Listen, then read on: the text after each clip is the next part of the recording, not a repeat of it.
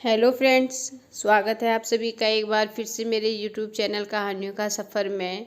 आज मैं आपके लिए एक नई कहानी लेकर आई हूँ। एक छोटे से गांव में एक किसान रहता था।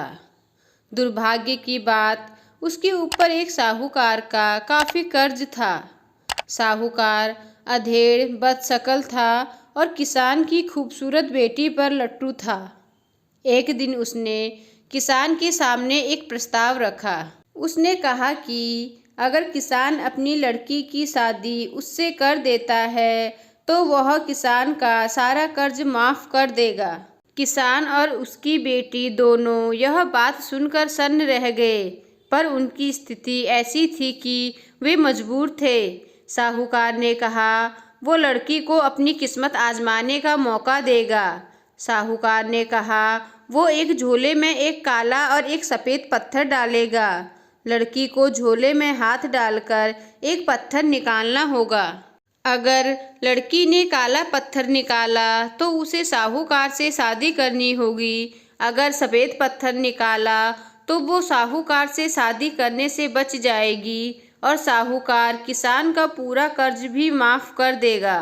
अगर लड़की कोई भी पत्थर निकालने से मना करेगी तो उसके पिता को जेल में डाल दिया जाएगा।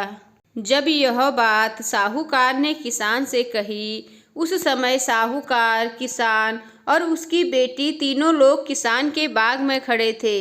बगीचे का वह रास्ता ढेर सारे सफ़ेद काले पत्थरों से भरा हुआ था। साहूकार अपनी बात बोलकर दो पत्थर उठाने को झुका। जब वो पत्थर उठा रहा था तो लड़की की तेज नज़र ने देखा कि साहूकार ने चालाकी से दो काले पत्थर चुनकर झोले में डाले हैं। साहूकार ने लड़की से झोले में हाथ डालकर एक पत्थर निकालने को बोला। फिर उस लड़की ने अपनी चतुराई दिखाते हुए लड़की ने झोले में हाथ डाला और एक पत्थर निकाला। लड़की ने बिना पत्थर देखे लापरवाही से वह पत्थर जमीन पर गिर जाने दिया। वो पत्थर जमीन पर गिरकर अपने जैसे ही पत्थरों में मिल गया। अब किसान की लड़की बोली, ओह, मैं भी कितनी लापरवाह हूँ, मुझसे पत्थर नीचे गिर गया। अब कैसे पता चलेगा कि मैंने कौन सा पत्थर निकाला था, क्योंकि नीचे ज़मीन पर भी वही दो रंग के पत्थर ही पत्थर पड़े थे। पर कोई बात नहीं, अगर आप झोले में हाथ डालकर बाकी बचा दूसरा पत्थर निकालेंगे तो आपको पता चल जाएगा कि मैंने कौन सा पत्थर निकाला था। चूँकि दूसरा पत्थर तो काला था, इसलिए ये माना जाएगा कि लड़की ने ज़रूर सफ़ेद पत्थर निकाला होगा। अब साहूकार खुद अपनी धोखाधड़ी तो स्वीकार नहीं करेगा। अतः लड़की इस टेढ़ी परिस्थिति से बचकर निकल गई। उसने असंभव सी स्थिति को अपनी चतुराई और सोच से अपने पक्ष में कर लिया और उससे शादी करने से बच गई और साहूकार को भी एक अच्छा सबक मिल गया।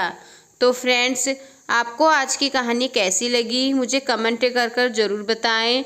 और अगर आपको कहानी पसंद आई हो तो मेरे चैनल को सब्सक्राइब कीजिए और लाइक कीजिए और अपने दोस्तों के साथ शेयर कीजिए। धन्यवाद।